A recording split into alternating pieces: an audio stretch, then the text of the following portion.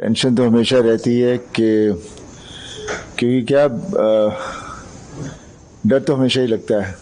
और जिस तरह से आपने कहा कि लोगों के साथ एक प्यार जो बना हुआ है, तो जब मैं प्यार के बारे में सोचता हूँ फिर डर भूल जाता हूँ कि नहीं, प्यार करते हैं, ज़रूर आएंगे। तो मुझे पूरी उम्मीद है कि उन्हें ट्रेलर पसंद आया तो वो ज़रूर मेरी ये फिल्म देखने आएंगे।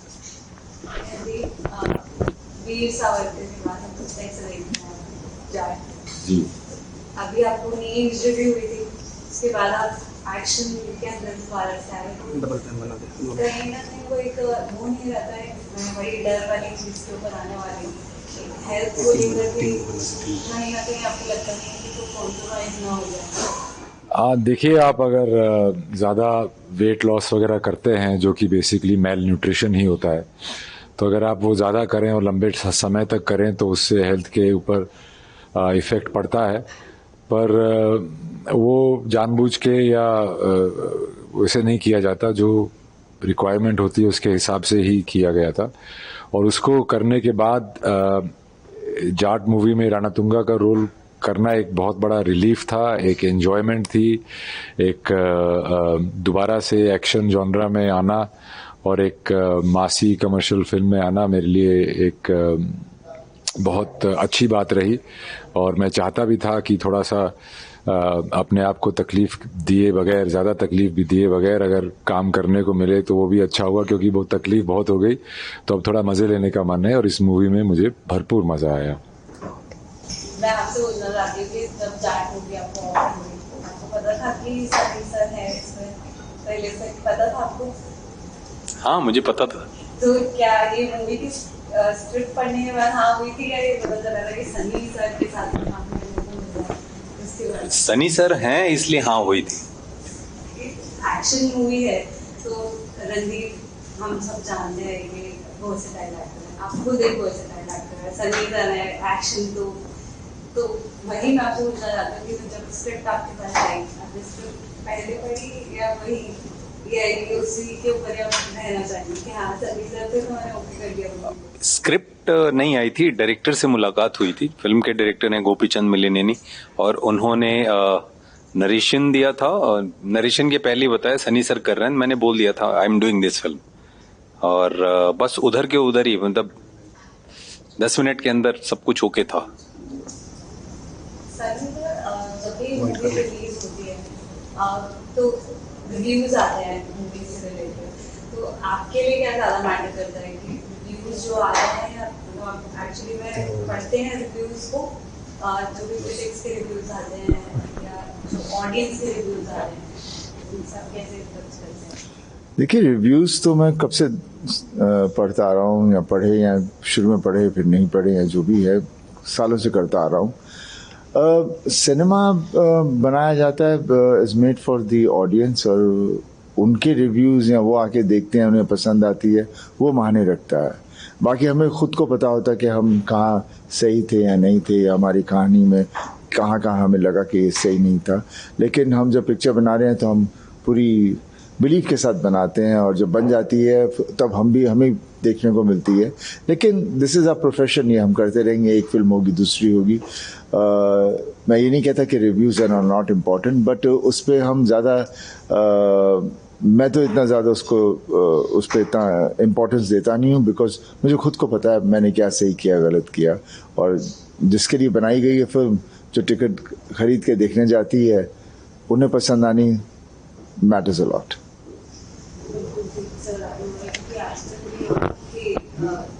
रिव्यूज जो भी होते हैं मूवी के वो बहुत ज़्यादा पेड भी होते हैं, तो मतलब बॉक्स ऑफिस सक्सेस जो है वो फैन से जो आ रहा है वो ज़्यादा मैटर करता है कि जो बॉक्स ऑफिस कलेक्शन आ रही है उसे कैसे जज करते हैं? ओके, देखिए, बॉक्स ऑफिस कलेक्शन का मतलब ही ये होता है कि इतने सारे लोगों ने जाके ये फिल्म देखी, और जब वो कलेक्शन हाई होता है इसका मतलब कि उतने ही तादाद में लोग उस फिल्म को देखने गए हैं।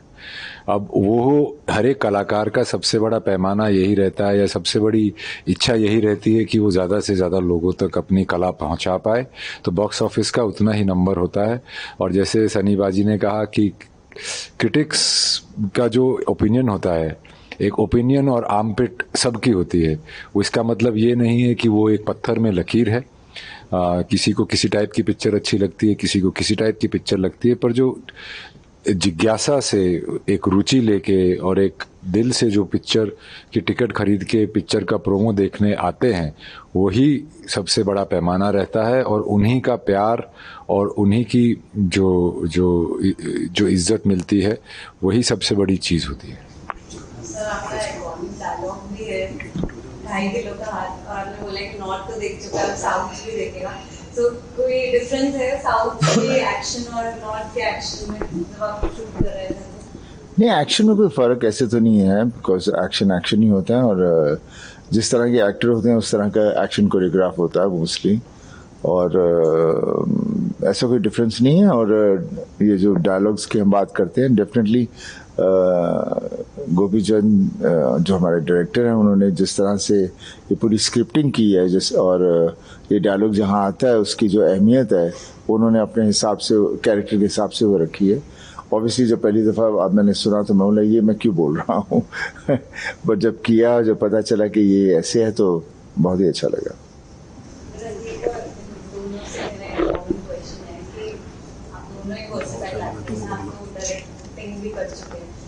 आप दोनों क्या बिलीव करते हैं जब आप डायरेक्शन में, आप अंडर डायरेक्शन, मतलब आप डायरेक्टर्स एक्टर हैं, या फिर अपने भी आउटपुट्स देना आपको लगता है देना चाहिए जब मूवी बन रही होती है? देखिए, मेरा ये मानना है कि आप जब फिल्म में एक्टिंग करते हैं तो अगर आपको कुछ अपने अंदर से नया या पुराना भी निखार के अगर निकालना है तो आपको डायरेक्टर की सुननी चाहिए, और सुनते भी हैं। I work very closely with the director, और उसके अंदर एक कॉन्वर्सेशन शुरू होती है डायरेक्टर और आपके बीच में, जो कि कॉन्वर्सेशन होते होते होते होते पिक्चर बन जाती है।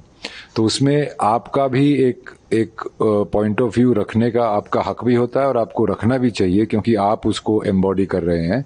पर अल्टीमेटली मैंने आज तक कभी कोई, मैं अड़ा नहीं हूं कि जैसे मैं कह रहा हूं वैसे ही सही होता है। आप सजेशन के तौर पे एक्टर को, डायरेक्टर को सजेस्ट कर सकते हैं।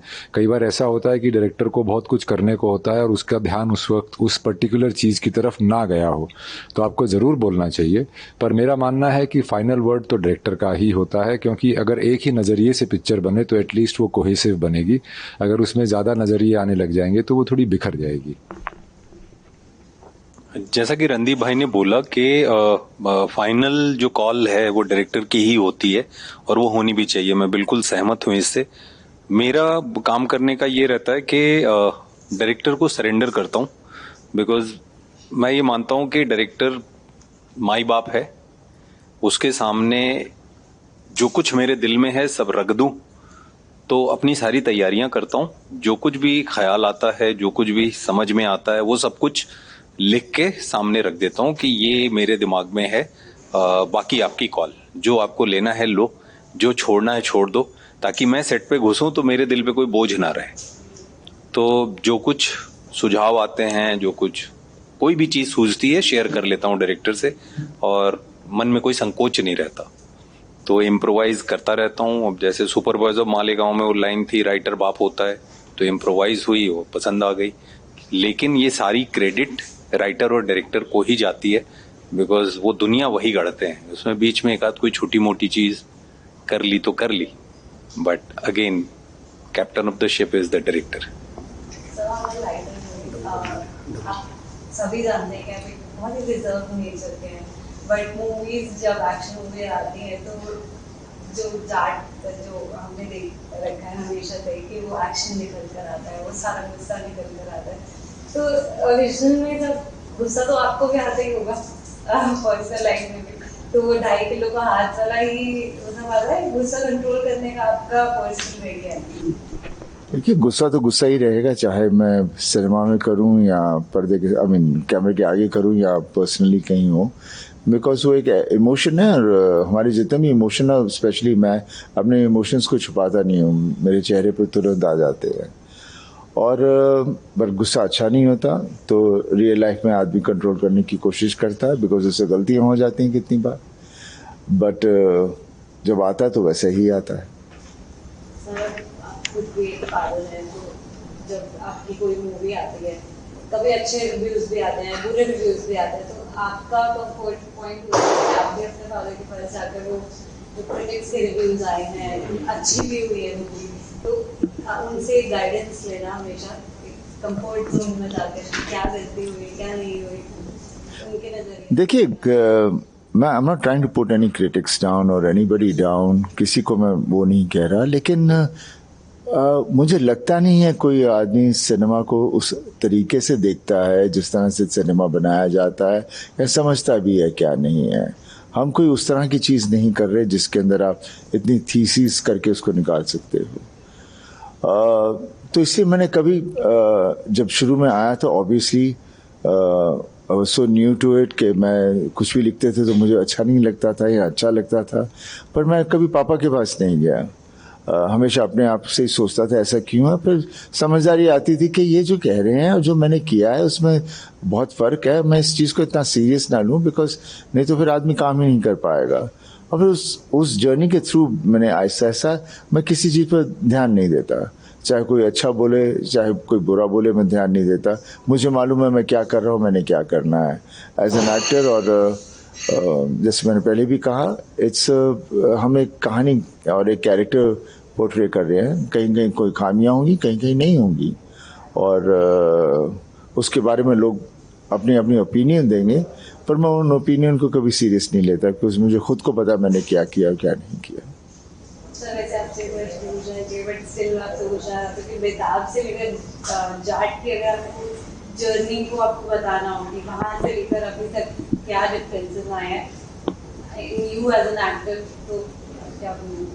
तब मैं कुछ 23-24 साल का था, अभी मैं 67 का हो गया हूँ। ये जर्नी एक रही है, और जैसे दुनिया बदल रही है, ज़िंदगी आगे बढ़ती है, सब चीज़ें, माहौल बदल रहा है, everything is changing and you change according to it, और वैसे ही आगे बढ़ते जा रहे हैं, वैसे ही सिनेमा चेंज हो रहा है। बट द बेसिक तो यही रहेगा कि जो हमारी हम जो ग्रास रूट जो हम हैं, जो हमारी सभ्यता है, जो हम हैं, जैसे हमारे प्यार, जो फैमिली है, परिवार है, वो तो वही रहेगा, वो तो कभी उसमें कोई फ़र्क नहीं आएगा। इसलिए हमारी कहानियाँ काफ़ी वही रहती हैं, लेकिन वो कैरेक्टर्स जो हम पोर्ट्रे कर रहे हैं आजकल, उनके सोचने का अंदाज़ थोड़ा बदल गया, लेकिन बात तो वही रहेगी। तो बस अभी भी देख लीजिए, गदर जो पहले आई थी वो 25 साल पहले थी, 22-23 साल पहले थी, अब भी लोगों को वो पसंद आई है। तो इमोशंस जो हम हैं वो तो वैसे ही रहेंगे, और जब इंसान खुद नहीं इतना बदल रहा तो कैसे क्या बदलेगा। जब ये मूवी का टाइटल आया तो आप खुद एक जाट फैमिली से बिलोंग करते हैं, जाट टाइटल आया, सभी को पता था सनी सर का भी इसके अंदर कि एक्शन होगा, गुस्सा वाली थी, लाइक ओरिजिनल में भी यही है कि लाइक पंजाबी तो सबको पता है भाई जॉली और ये सारा है, जाट आया जहाँ पर नाम टाइटल के अंदर पता है एक्शन आएगा, गुस्सा आएगा, तो रियल जाट क्या है, मैं आपसे पूछना चाहती हूँ। रियल जाट देखिए, पिक्चर में जाट एक कम्युनिटी है या एक एजेंट है या कोई इंडिविजुअल है या एक इमोशन है, या आपको फिल्म देख के ही पता चलेगा। रियल लाइफ में जाट लोग अपनी देशभक्ति के लिए जाने जाते हैं, जस्टिस, एक्शन, ट्रूथ के लिए जाने जाते हैं, अपनी डेयरिंग के लिए जाने जाते हैं, अपने नरम दिल के लिए भी जाने जाते हैं, मुंह फट होने के लिए भी जाने जाते हैं, गुस्से के लिए भी जाने जाते हैं, लाड़ के लिए भी जाने जाते हैं। तो एक और मैं खुद जाट हूँ, तो इसमें मुझे शुरू में बस इतना लगा था कि मैं जाट की पिक्चर में जाट का रोल क्यों नहीं कर रहा हूँ, पर उसमें सनी सर जाट का रोल कर रहे हैं, वो तो मेरे से ऊपर एक ही जाट है, वो Sunny Deol, and I am very happy to play Rana Tunga in this movie.